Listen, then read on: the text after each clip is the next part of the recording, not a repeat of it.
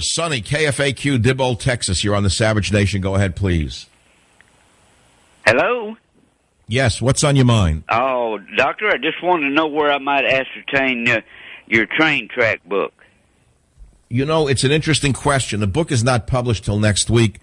It's available only on Amazon.com, but you can read a free chapter or pieces of it on michaelsavage.com, and then you can get it on Amazon. By next week, it'll be in every bookstore in America. Oh, I hope it's so. all my memoirs. There's no politics in it, Sonny. So even people who hate me politically, who love me as a talk show host, will be able to read it without getting nauseous. Because of your truth. You know, some folks Well, I mean, there's stories in there like Dead Man's Pants. You know, I grew up wearing Dead Man's Pants. People don't believe it's true, but it's true. It's true. It's true. It's true. And I'm not proud to say it. I wish that I was rich when I was a kid. I was poor. About the fella, you lived in Brooklyn or wherever it was, that had a funeral parlor, and he took you up to see a dead body. And that was in. You know, it's an interesting question. It was in Lower Manhattan on Ludlow Street, which I'm afraid to tell you is now flooded. I'll bet you that very same room where I saw my first embalming is now flooded with water from the East River. Oh, Lord. Oh, Lord God. Yeah, that was a terrible story in a way. It cauterized me. I was about 9 years old, hot summer day, told Dad was going out for a Coke. And picture me in the corduroy pants and an undershirt, go next door to Nyberg's funeral parlor. And Barney says to me, "Hey, kid, you want to see a stiff?" Now, of course, that would have a different connotation today, but the men were normal then. Right. So I said, "Sure, I'd like to see a stiff." So he said, "Well, come with me. Get in the elevator, go down." Big elevator. It takes me into the bowels of the funeral parlor. And down there in the bowels, there was a person being embalmed.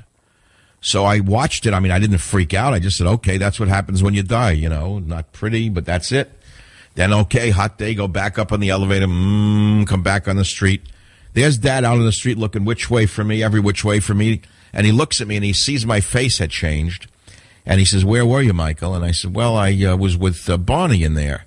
And he said, "What'd you do?" I said, "Well, he took me downstairs to see them preparing a dead person for a funeral." He didn't want you. Oh, no, he turned grim. He clenched his jaws and turned grim. He didn't say another word. What could he do about it? It was done already. See, my father was of the school of don't cry over spilt milk. If it was done, it was done. Yeah. There was no going back. I remember when I was 5 years old. You know, in those old days, we had milk bottles that were delivered to the house, actual bottles of milk. And I was a kid I got up very early. I couldn't sleep past dawn then. I can't sleep past dawn now. Any light I get up before everyone else did in the apartment. And I'll never forget, I was a curious kid. I would take watches apart, railroad, little toy trains apart. Couldn't put them together, but I took them apart. I took the milk bottles and I stood them next to the sink because I wanted to stand up and get to a cabinet. In those days, I didn't see a stepladder in the apartment. I stood on the milk bottles and they fell over and they broke. Broken glass, broken milk all over the floor. I was terrified my father would go crazy, right? He probably would have. No, he didn't. They woke him up. He came in. He appraised the situation. And he said, "There's no point in crying over spilt milk. Just clean it up." So that's the way he was. He was a realist. He was an old world realist. If it was done, it was done. You know what I mean, Sonny? That's the way it was. What type of work did your dad do?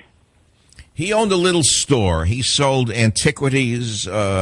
He sold clocks and statues and this and that, knickknacks, things like that. And he specialized mainly in bronze statues that I cleaned down in the basement with cyanide solution, and I thought it would eventually kill me. Luckily for me, it didn't. Well, as they say, that which does not kill you makes you stronger, and I suspect it was using that cyanide solution to take that patina off the bronzes and make them look like brass. That's giving me, I don't know, maybe it had something to do with dissolving fat in your arteries, because by the diet that I ate, I should have been dead. Anyway, all of these stories are in my book, Train Tracks, which I said I wouldn't talk about till after the election, but I can see it's already catching on. People want to know about it. If you'd like to talk about politics or locker rooms, whatever, transgendered Republicans who pretend that they're conservative, but they're really socialist. Give me a ring at 855-400-7282. It's the Savage Nation. I'll be back. Call Michael right now at 855-400-SAVAGE.